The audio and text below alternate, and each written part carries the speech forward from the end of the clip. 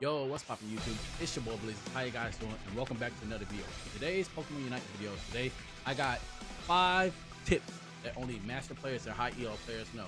And yes, these tips are really important to winning games and to climbing out of lower ELOs.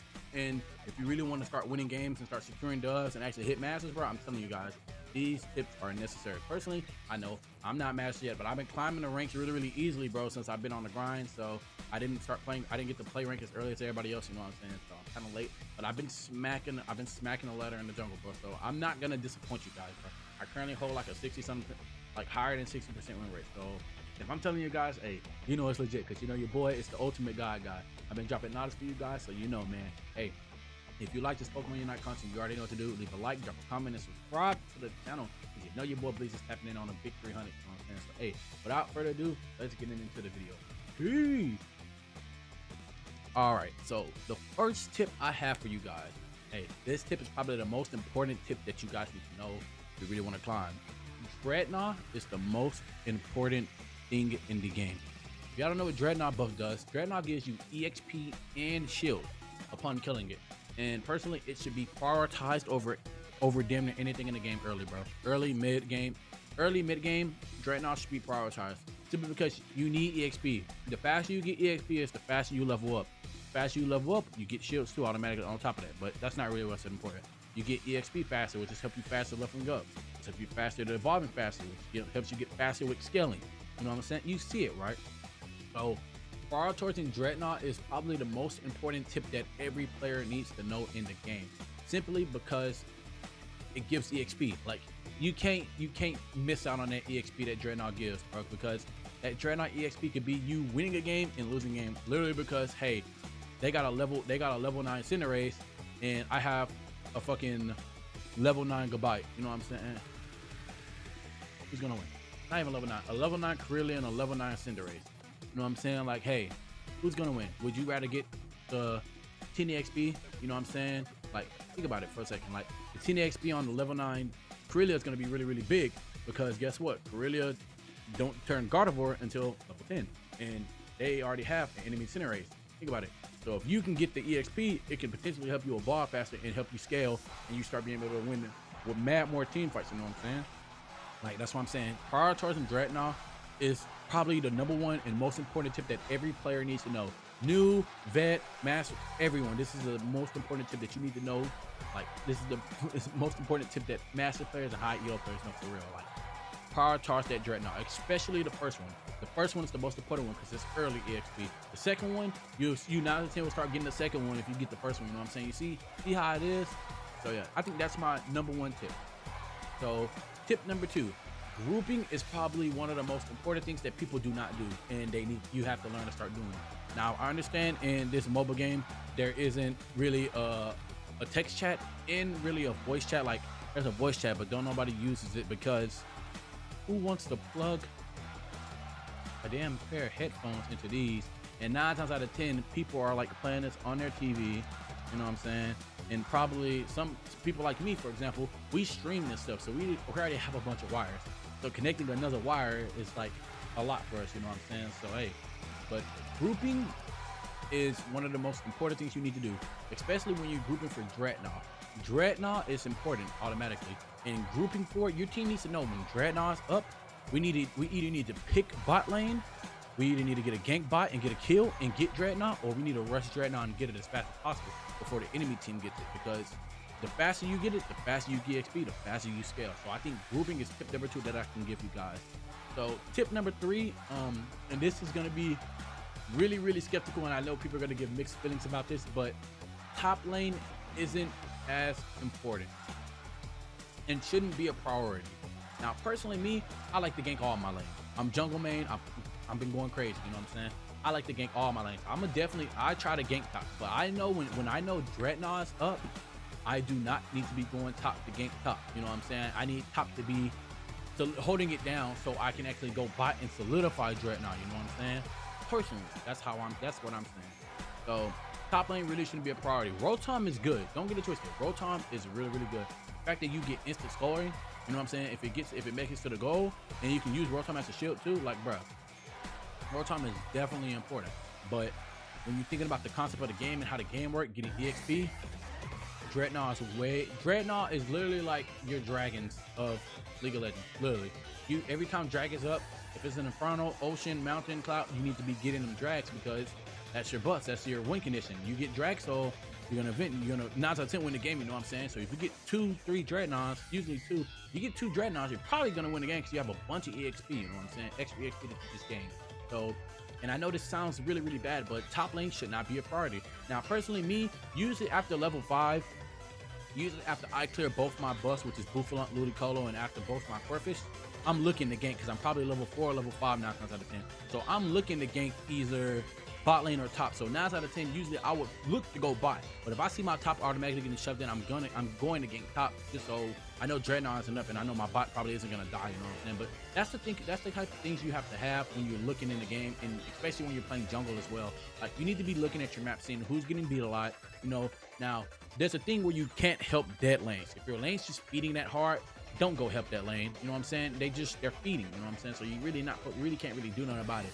You help the lane that's already fed as hell, then you worry about the dead lane. Now, if you can go down there and get picks that are free, that's different. Because if you know you can go down there and kill the enemy team, 2 people, that's different. But if you know you go down there, you might die. Like, come on, bro, don't waste your time. Go top or just continue to go jungle. You know what I'm saying? It's better things to do, but top lane should not be a priority. That's tip number 3 for you guys. So tip number 5 for you guys, and this one is still skeptical, but Zapdos shouldn't be a priority to win game.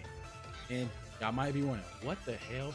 Zapdos is the most broken thing in the game. Yes, I understand, but listen to how I'm saying it. Zapdos shouldn't be a priority to win games. You should be able to win games without getting Zapdos. You feel me? Think about it. So the reason why I say this, because a lot of games are decided on Zapdos right now. And imagine if you can win a game without having to get Zapdos. Pretty easy, right? You know what I'm saying? Imagine winning a game without getting Zapdos. Now, it's different if you're ahead of the team, and this will get into tip number 5 actually, low key. But like, imagine winning a game where you don't have to get Zapdos. You don't have to go freaking ball in their freaking end zone, you know what I'm saying, all the way at their last goal and put 1,000 points, 800, 900 points on them to win a game. Like, imagine not having to, imagine just winning a game just to keep winning, and you can win consistently doing it without getting Zapdos. That is when you know you're getting a good, that is when you know you're being a good player, when you can win without getting Zapdos. And the reason why I say this is because a lot of games are decided on Zapdos, and they should not be decided. It's like games being decided on Baron buff in League. A lot of games shouldn't, like even games of League shouldn't be decided on Baron buff. Now, it's a good buff to have, but think about it. The last 2 minutes of the game are the most important of the game. If you can hold the last 2 minutes without having to get Zapdos, think about it. You just won the game easily, and you didn't have to fight for the best buff in the game. You know what I'm saying? Like, I think that is a thing that a lot of people are like trying. Like, a lot of people are literally losing games going for Zapdos when they don't need to. You feel me? Personally, I experienced it because I've lost plenty of games because I had where, okay, I got the enemy's first 2 goals, and they haven't even touched mine. Haven't even touched my goal. Like, I got their first goal, I got their second goal top, and all they have is their end zone, literally. And what happened? My team's like, okay, it's the last 2 minutes, let's start Zapdos. Why would we start Zapdos if we have them already beat?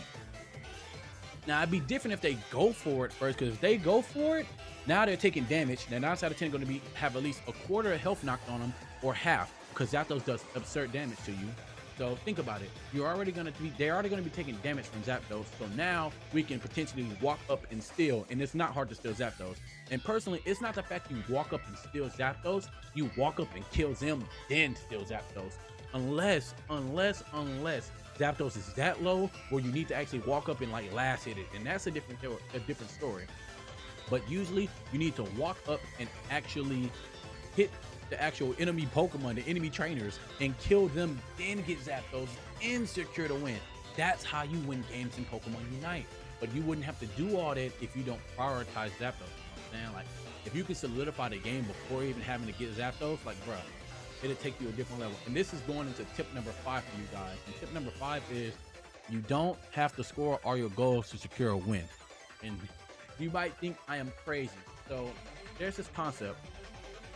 The first 8 minutes of the game, whatever goal you score, on the actual regular like goal, the first 8 minutes of the games is how many points you get. So if the first goal has 80 points, whenever you destroy it, you get 80 points. Now this is different for the last 2 minutes of the game because you get double points when you score now the last 2 minutes of the game. For example, this is what I'm about to tell y'all. This is the most important tip that I want y'all to get out this video. Think about this. If you can get a goal as low as possible and don't have to score until the last couple seconds of the game and win, that's how you should win. So think about this. If you get, let's just say you get 99 points on a goal, right? Yeah. Let's just say you get 99 points on a goal, and it's the only goal that y'all scored, and the enemy team hasn't touched yours, and y'all only got this one goal, and it's at 99 points. The last 2 minutes, you get double points for however many points you put in the goal. So if you go up and dunk a 50 and end up dunking 100 because it's double points. So if you go up and dunk 100 on that 99, so you have the 99 points and you get to add on the extra 100 to that. So now you have 199 points on that goal. You see what I'm saying now? I hope y'all are understanding this, because this could be the pinnacle of it, you know what I'm saying, of winning and losing the game, you know what I'm saying?